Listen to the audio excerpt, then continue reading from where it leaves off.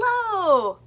Oh my god, you guys, the Spookathon. The Spookathon is in like a couple of days. Like, it starts on Monday.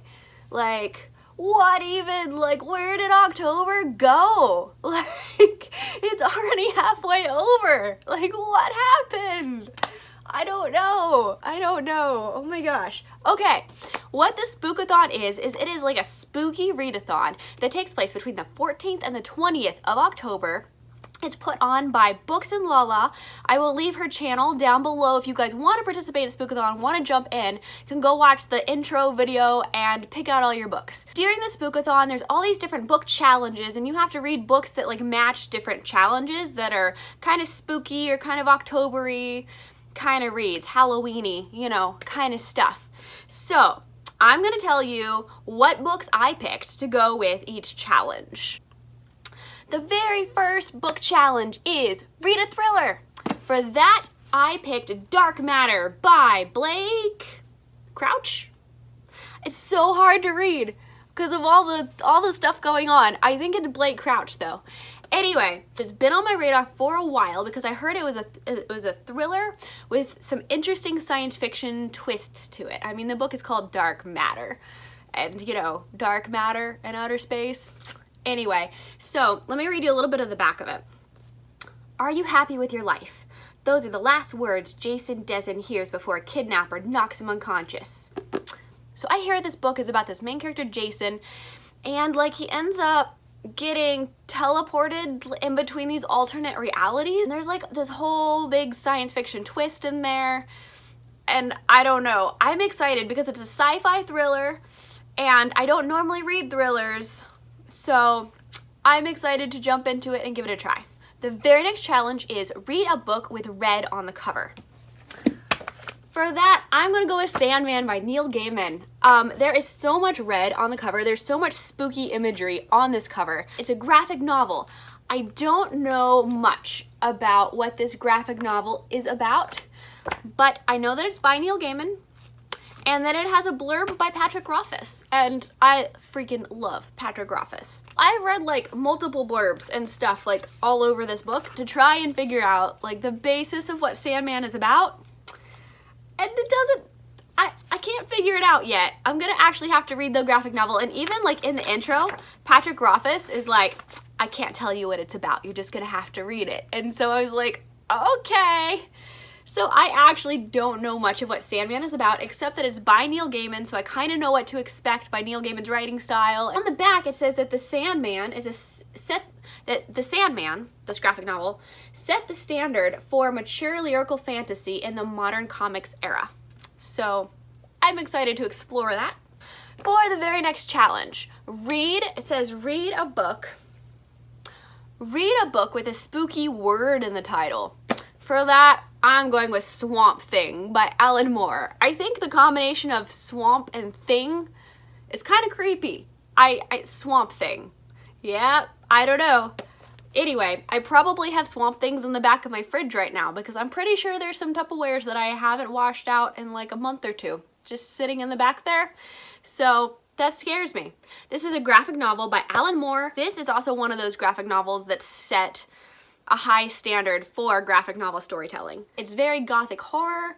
I don't normally read horror, you guys, okay? I don't normally read horror, but I'm willing to give it a shot for Alan Moore because I love Alan Moore. He's an iconic writer of graphic novels and things. He wrote Watchmen. On the back, let me tell you what this says.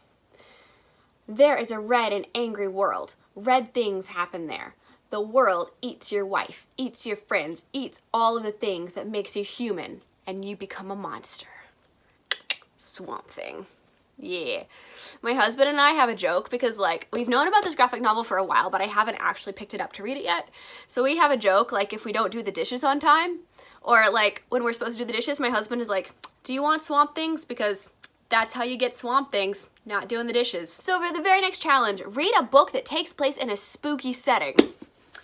For that, I am going with City of Ghosts by Victoria Schwab. I figured a city of ghosts is a creepy enough setting to take care of this challenge. Our main character's name is Cassidy Blake, and she is a haunted girl on an adventure like no other, according to the little blurb right there. This main character had this like death experience when she was a kid, and she was like able to be resuscitated though. I think she like drowned and then was like resuscitated. Ever since that experience, she is able to see ghosts and interact with these ghosts, and then her best friend is a ghost. I think she has this ghost best friend, and there's, I don't know, I really want to know what this cat is. Like this cat is also like on the back. Like I just want to meet this cat and hear this cat's name and hang out with this cat while I'm reading this book.